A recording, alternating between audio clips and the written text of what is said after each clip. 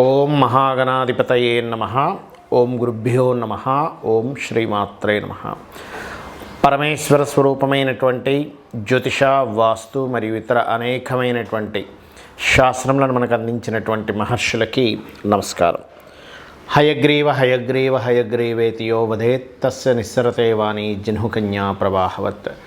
అరుణాం కరుణాతరంగితాక్షీం ధృతపాశాంకుశపుష్పబాణచాపాం అనిమాదిభిరావృతాం మయూకైః అహమిత్యేవ విభావయే భవానీం. శ్రీమాత్రే నమః. ప్రేక్షకులకి ఆ లలితాంబిక అమ్మవారి యొక్క అనుగ్రహం పరిపూర్ణంగా కలగాలని మనస్ఫూర్తిగా కోరుకుంటూ మనం ఈరోజు చెప్పుకోబోయేటువంటి టాపిక్ ఏమిటంటే, చాలామంది చూడండి, ఈ నక్షత్రం వారినే పెళ్లి చేసుకోవాలి, 18 పాయింట్లు దాటితే సరిపోతుంది అని అనుకుంటూ ఉంటారు. అది ఎంతవరకు కరెక్టు? కేవలం పాయింట్లే చూసుకోవాలా? మిగతా అంశాలు అసలు ఒక్కొక్క రాశి కంటే అతి ముఖ్యంగా లగ్నం. రాశి దేనికి అంటే, మీ యొక్క నక్షత్రము వధువు అనుకుంటే వధువుకి వరుడికి ఉండేటువంటి నక్షత్రాలు షష్టాష్టకాలు అయ్యాయా లేకపోతే ద్విద్వాదశాలు అయ్యాయా అనేటువంటిది చూసుకోవడానికి, ప్లస్ నక్షత్ర అధిపతులు ఇద్దరూ కనుక మిత్రులైతే మనసులు కలుస్తాయని వరకే. అది మనసు ఎంతవరకు కనెక్ట్ అవుతుంది? ఎందుకు మనసు కనెక్ట్ అవ్వాలి?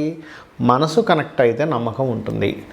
నమ్మకం ఉన్నప్పుడు అవతల వాళ్ళు చెప్పేటువంటిది మనకి నమ్మశక్యంగా ఉండడం వల్ల కొంచెం వాళ్ళ జీవితం సాగుతుంది అనేటువంటి దానికి మాత్రమే నక్షత్రం, కానీ మిగతా అన్ని అంశాలకి నక్షత్రం కాదు.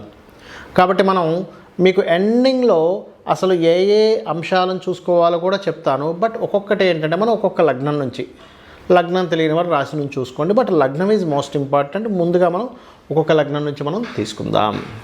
ధనస్సు లగ్నము, ధనస్సు రాశి. అన్ని లగ్నాలు ఒక ఎత్తు అయితే, ధనస్సు లగ్నం విషయంలో, వివాహం విషయంలో చాలా కేర్గా ఉండాలి.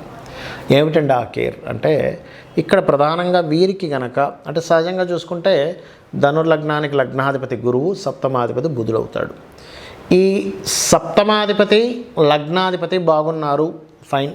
కానీ వీళ్ళకి ప్రత్యేకంగా శుక్రుడు యొక్క పాత్ర ఎక్కువగా ఉంటుంది ధనుర్లగ్నానికి. ఎందుకు అంటే, షష్టమాధిపత్యం శుక్రుడికి వస్తుంది, లాభాధిపత్యం శుక్రుడికి వస్తుంది. అంటే ఏమిటి?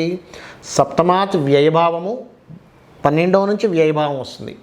అంటే ఇక్కడ ఆధిపత్య పాప అవుతాడు ఈ లగ్నానికి. ఆధిపత్య పాప అయినప్పుడు ఏమవుతుందంటే, ఇది వివాహం విషయంలో ధనులగ్నంలో జన్మించామండి, శుక్రదశ వస్తుంది, ఖచ్చితంగా వారు అర్క వివాహం చేసుకోవాల్సిందే. పురుషులైతే, స్త్రీలైతే కుంభ వివాహం చేయాల్సిందే.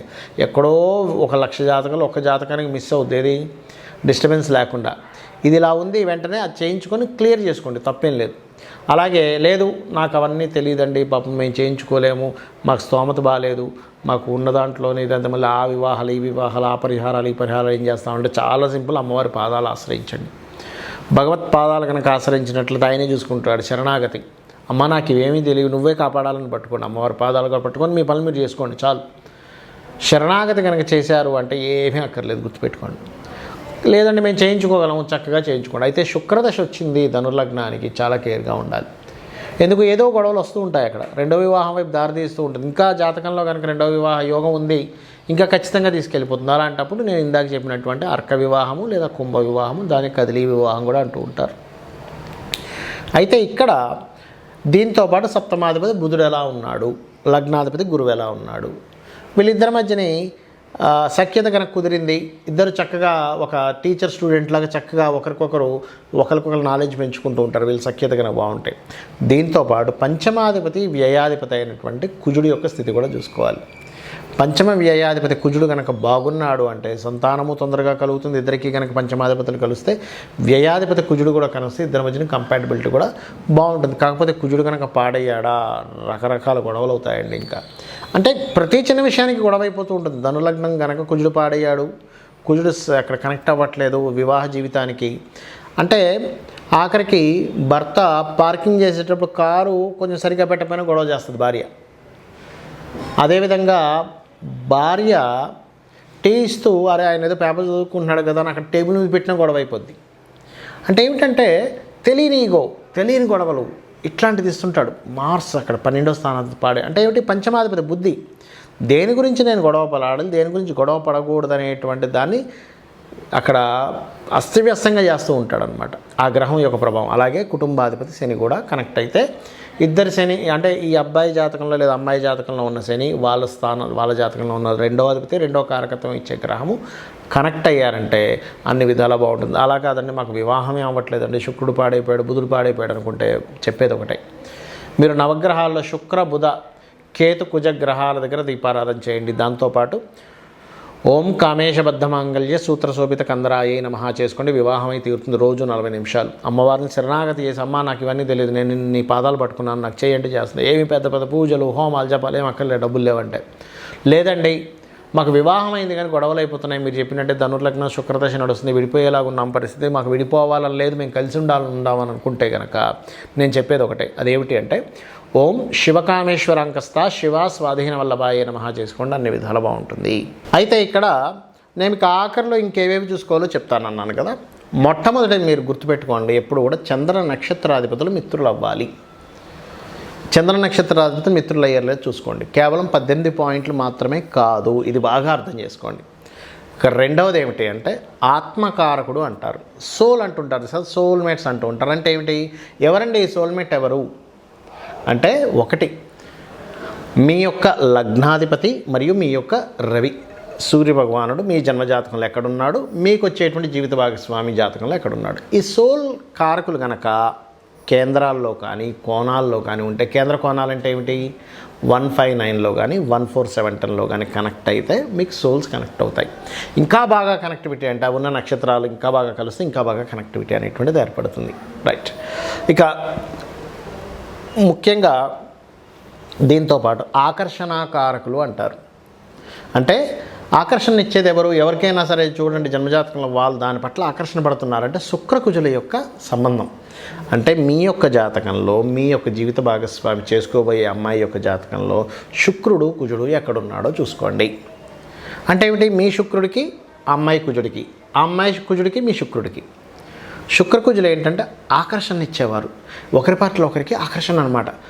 అంటే ఆకర్షణ ఉంటే ఎలా ఉంటుందంటే, ఒక చైర్ బయట కనబడింది, అబ్బాయి వెళ్తున్నాడు అనుకోండి, అబ్బాయి ఈ చైర్ మా జీవిత భాగస్వామికి అయితే బాగుంటుందో నా అబ్బాయికి థాట్ వస్తుంది.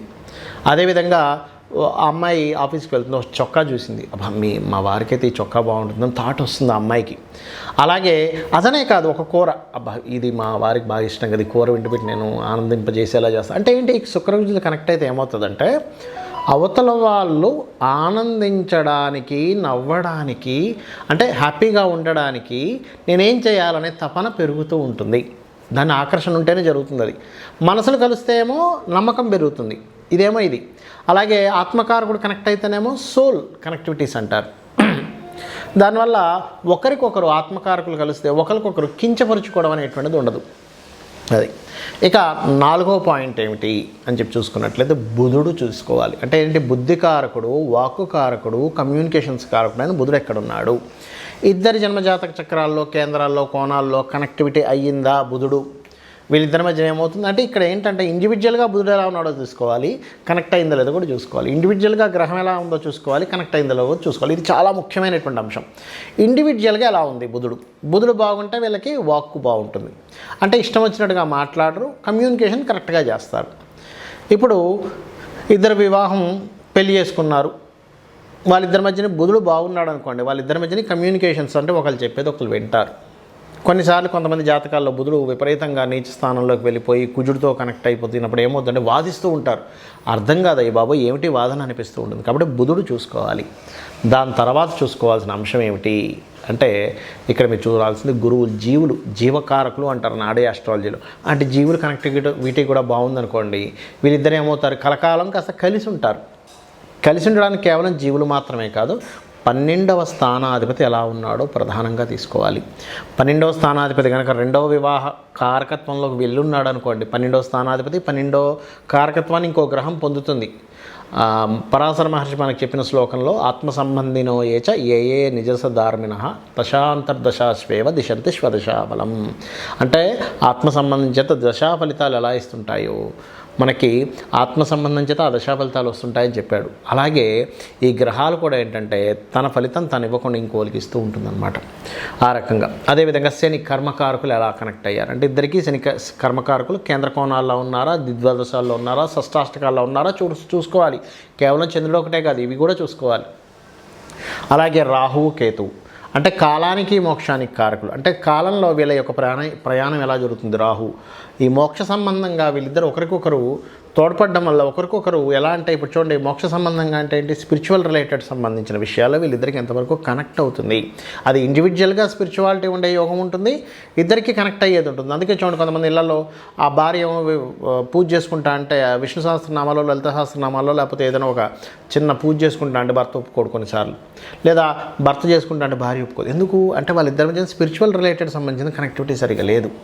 అలాగే మరొక విషయం ఏంటంటే ఇక్కడ ప్రధానంగా మీరు తీసుకోవాల్సింది అబ్బాయి యొక్క లగ్నం కానీ అమ్మాయి యొక్క లగ్నం తీసుకునేటప్పుడు ఈ వీళ్ళు ఎలా ఉన్నారు, వీళ్ళని తట్టుకునే శక్తి ఈ జాతకానికి ఉందా లేదా. అలాగే నవాంశ చక్రాలు కూడా తీసుకోవాలి, ఈ రకంగా చూడాలి. కానీ కేవలం చంద్ర నక్షత్రాలు తీసేసుకొని పాయింట్స్ కలిసేయ లేదా అని చెప్పి ఉట్టి పాయింట్స్ చూసేసుకొని కలిసిపోయిందని 18 పాయింట్ల పైన కలిసిందని చేసేసారంటే వాళ్ళిద్దరూ కలిసి ఉండడం చాలా కష్టం, చాలా అంటే చాలా ఇబ్బంది పడుతూ వాళ్ళ జీవితం వెళ్తూ ఉంటుంది. కాబట్టి ఈ యొక్క విషయాలు మీకు మీరుగా తెలుసుకోవడం నేను చెప్పాను, ఇదంతా కూడా చాలా సింపుల్గా మీకు మీరుగా తెలిసేసుకోవచ్చు చెప్పాను. కాబట్టి ఈ అంశాలు చూసుకుంటూ మీరు మీ యొక్క జీవితాన్ని ఆనందమయం చేసుకోవాలని కోరుకుంటూ శ్రీమాత్రే నమః.